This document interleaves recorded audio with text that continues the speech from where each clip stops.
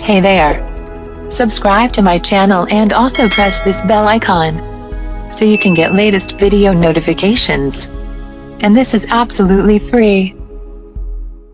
The test is in 4 parts: Part 1, Part 2, Part 3, and Part 4. Now look at Part 1.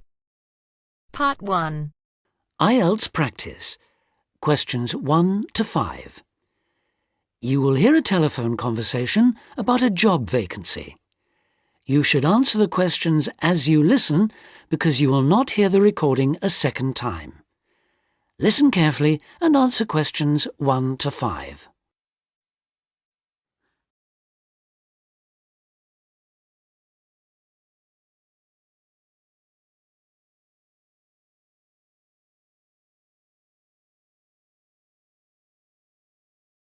Listen carefully and answer questions 1 to 5. Hello, Top Job Employment Agency. Ellen Sykes speaking. How can I help you? Good morning. My name's Steve Collins and I'm calling about the call centre job advertised in today's paper. For an operative handling credit card inquiries? Yes, that's right. The wages and working conditions are all in the ad, so what I'd like to know now is what the work actually consists of. I should explain that I'm a student looking for a summer job, not long-term employment. That's okay. The people at Intercard say they've always found students to be honest, which of course is essential in this line of work, and they have the basic IT skills needed there. Apparently, there have been a few who didn't find it easy to get there on time in the morning, but in most cases their punctuality is as good as anybody else's. Anyway, about the work. And I know a bit about this because, as it happens, I've worked there myself. Really? Yes, for about a year. You'd find that most callers would be people wanting to check the balance on their cards, query payments made and so on. And from those who've had their card stolen? No, they ring another number for that, an emergency line. People also call that number if they lose their cards. And what are most callers like? I mean, what kind of people are they? All sorts, really. All ages, every kind of background. Though one definite trend is the change in the number of women. Nowadays, they make up around 55% of the total, whereas years ago, there used to be a majority of men calling. At one time, I heard, as many as 3/4 of all credit cards were actually held by men, but that must have been long before I was there. It's certainly different now. So to do this job, what sort of experience do I need? None, really. Have you got a credit card yourself? Yes, I have. Then you probably know quite a bit about them already. And as a student, you're obviously intelligent, which of course you need to be for the job. So after a day or so working with an experienced operative, I'm sure you'll have picked up enough to deal with routine inquiries, which of course most of them are. But there are bound to be questions I can't deal with, at least at first. What happens then? In that case, you can ask a supervisor. They're very helpful to new staff. I think I like the sound of this. What do I do next?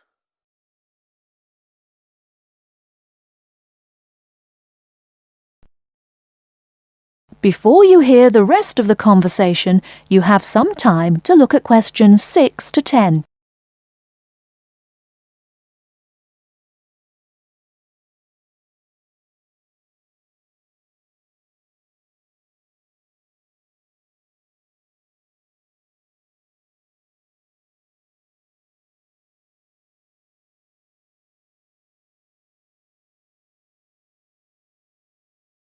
Now listen and answer questions 6 to 10. Can you get over there for 9:45 on Monday morning for an interview? Definitely, yes. Whereabouts are they? In Riverside Business Park. Do you know it? Yes, I've been there once. How do you usually travel? By bus. Right.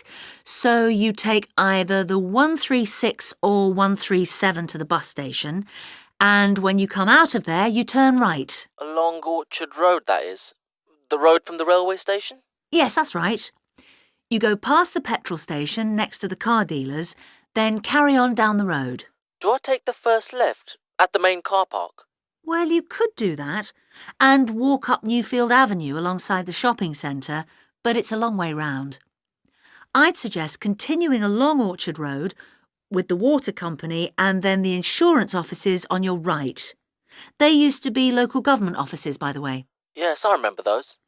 and you keep going until you reach the advertising agency. Now, facing that is a small road called Cherry Lane.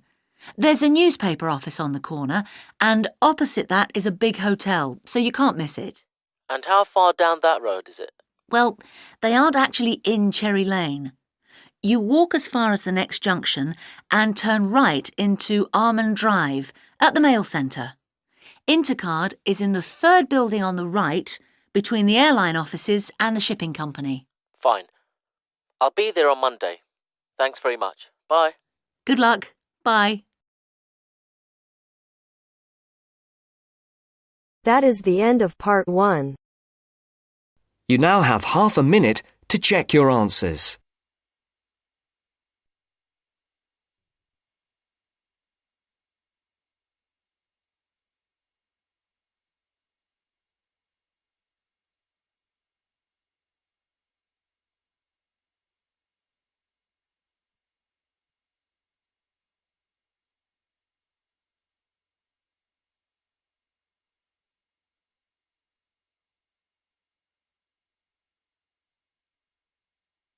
Now turns to part 2. Part 2. To hear a reporter from the New York Times who is presenting a news report prepared by Dion Searcy and Robert Gebeloff on the topic Middle Class Shrinks, further as more fall out instead of climbing up. First look at questions 11 to 13.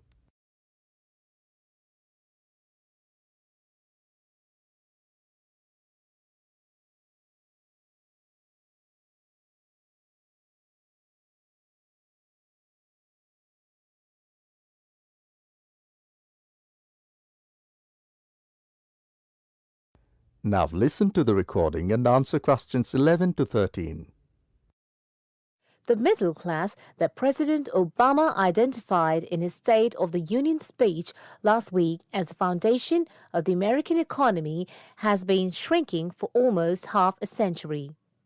In the late 1960s, more than half of the households in the United States were squarely in the middle, earning, in today's dollars, $35,000 to $100,000 a year. Few people noticed or cared as the size of that group began to fall, because the shift was primarily caused by more Americans climbing the economic ladder into upper income brackets. But since 2000, the middle class's share of households has continued to narrow, the main reason being that more people have fallen to the bottom. At the same time, fewer of those in this group fit the traditional image of a married couple with children at home, a gap increasingly filled by the elderly. This social upheaval helps explain why the president focused on reviving the middle class, offering a raft of proposals squarely aimed at concerns like paying for college education, taking parental leave, affording childcare, and buying a home. Before the talk continues, look at questions 14 to 20.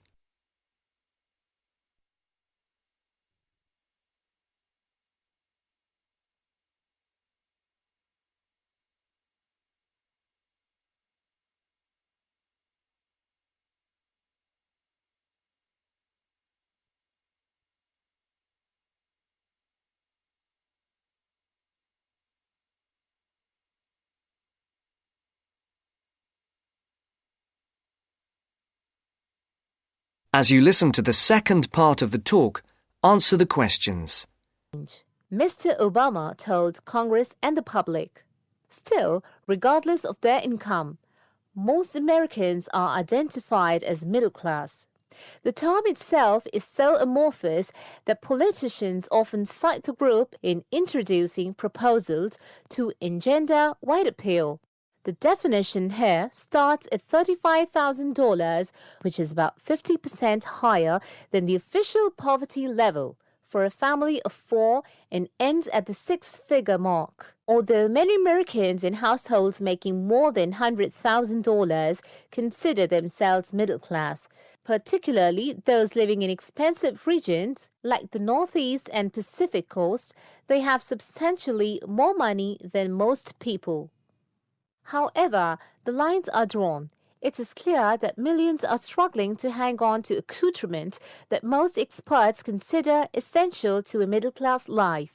I would consider middle class to be people who can live comfortably on what they earn, can pay their bills, can set aside something to save for retirement and for kids in college, and can have vacations and entertainment, said Christine L. Owens, Executive Director of the National Employment Law Project, a lives learning research and advocacy group.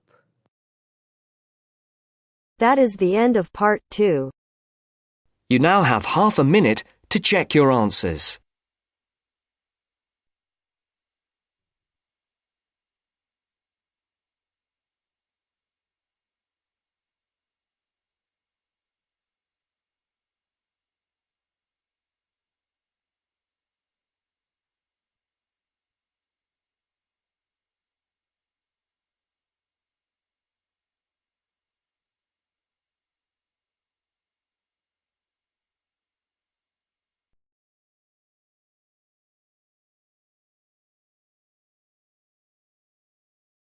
Now turns to part 3.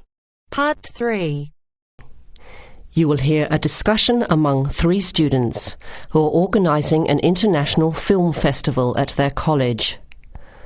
First, you have some time to look at questions 21 to 24.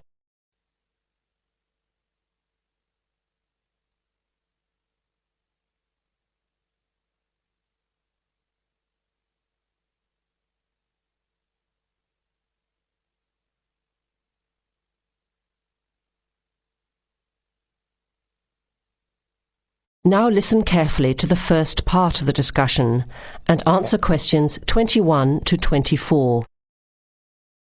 Thanks for coming to this meeting on such short notice, Anna and Veronica. It looks like we have just become the organising committee for this year's International Film Festival. We've all just met, so perhaps we should start by an introduction with a bit of background from each of us. Okay, I'm Anna. I finished 3 years of a languages degree in Sweden, where I come from.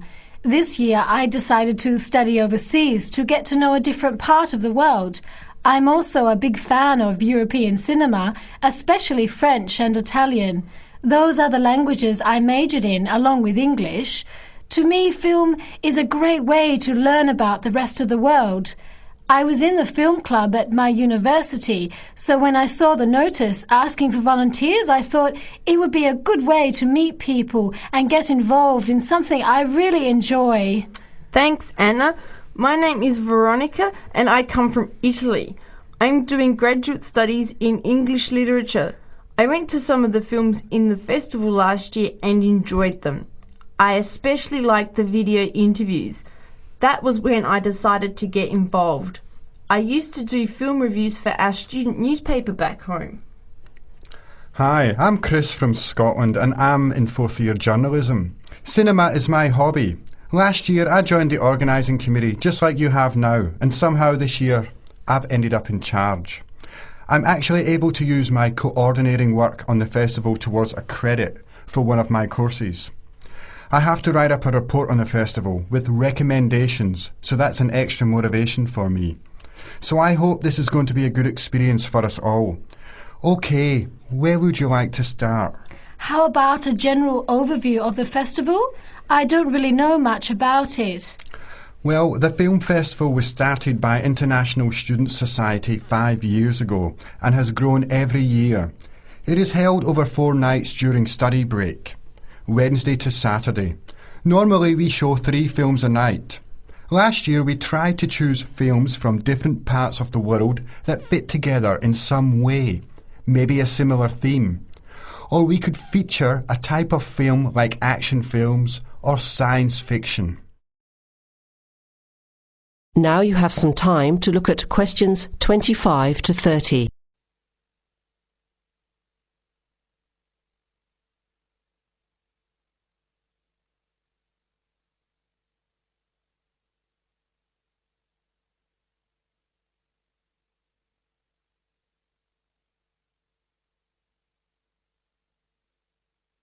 Now listen to the rest of the discussion and answer questions 25 to 30. Who picks the films? It's up to us on the committee to decide. You mean we get to pick all the films ourselves? What a hard decision. There are so many to choose from. Well, that's the fun part. We have this catalogue of independent distributors. The films are listed by language and have a short summary. We just have to go through it to find a good combination of films that will attract an audience. Veronica mentioned something about interviews. How does that fit in? We set up cameras in the foyer of the theatre and did live interviews before, during intermission and after the screening. Anyone from the audience could come up and talk about the film. The Broadcasting and Journalism School set it up and ran the interviews. They were shown on big screens around the lobby and in the theatre.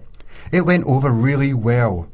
We had a long lineup of students waiting to be interviewed on TV. Everybody wanted their minute of fame. Great idea. Yeah, it worked really well.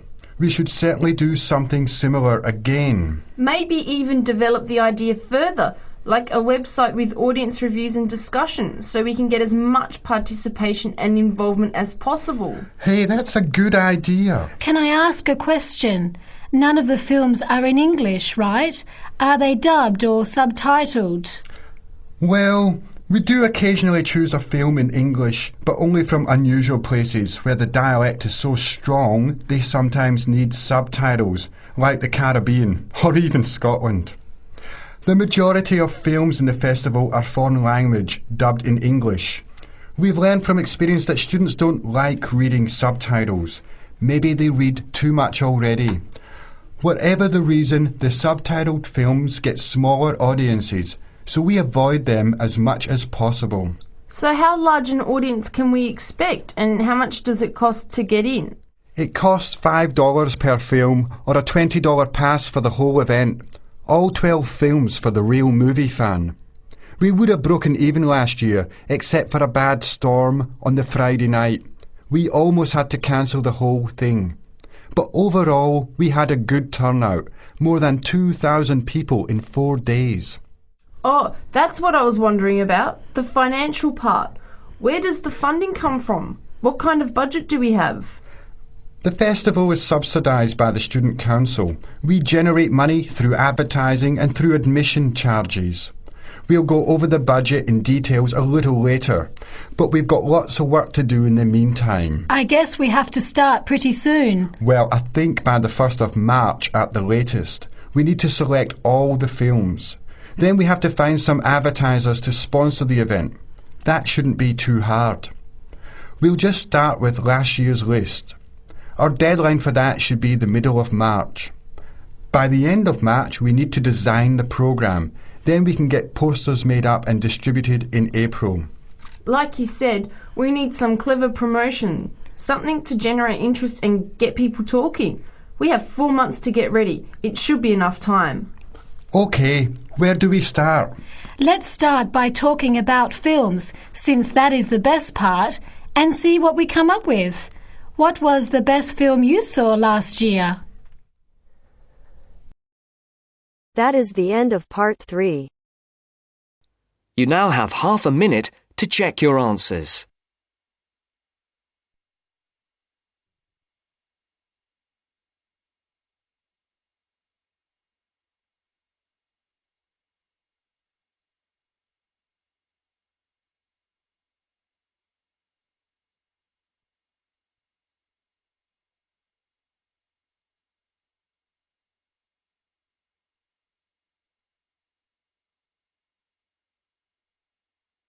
Now turns to part 4.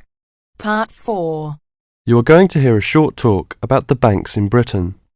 As you listen, complete the statements below. First, you have some time to look at questions 31 to 40.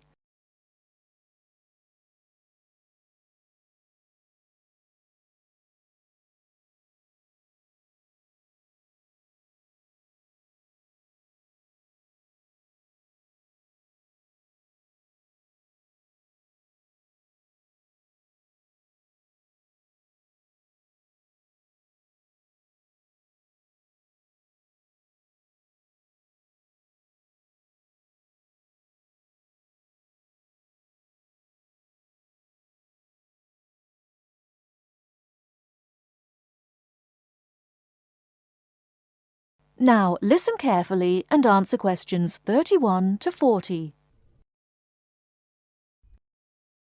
Good afternoon, everyone. Thanks for turning up today for this short talk I'm going to give on student banking. Many of you are unfamiliar with the way banks work in this country, and today's talk should just give you a few starting points. Well, as you probably know, you'll need to open a bank account while you are here. The safest place to keep your money is a bank. Choose one that is near where you study. All the major banks in Britain offer special facilities for students and will be only too happy to explain how to open an account. The most useful type of account is a current account. You can pay in money received in any form and then draw it out when you need it by using your checkbook. Writing out cheques in their name can make payments to other people. If you want to draw out cash for yourself, make the cheque payable in your own name or to cash. A cheque crossed with two parallel lines is even safer, as it must be paid into a bank account. Payment by crossed cheque has the added advantage that when the person to whom you have given the cheque presents it at a bank, it will eventually come back to your bank and provide proof of payment. Most people now ask their bank to supply only ready crossed cheques. Most banks don't make charges if you keep more than a certain amount of money in your account. However, you shouldn't overdraw on your account, that is, withdraw more money than you have in without the bank's permission. If you borrow money from the bank, there will be an interest charge. You will also have to pay a small charge to convert foreign currency paid into your bank into sterling. If you have more money than you need for month-to-month expenses, it is a good idea to open a deposit account for some of it, where it can earn interest. This interest is taxable, but if your bank knows that you are not normally resident in Britain, then you do not pay tax on it.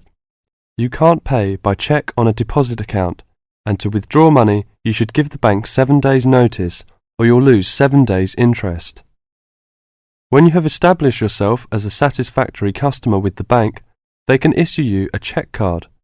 This is really an identity card, which guarantees that correctly written cheques up to the value of £50 will be honoured by the bank.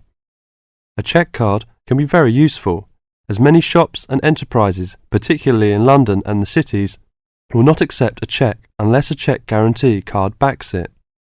You can also use it with your chequebook to draw up to £50 cash from almost any bank in Britain. If you also ask for an Euro cheque card, this can be used in the same way to draw cash from most banks in Europe. Many banks provide dispensing machines, generally set in the wall of the bank outside, where you can draw cash when the bank is crowded or closed. Provided you are a satisfactory customer, the bank can issue you a cash card which allows you to draw up to £100 a day.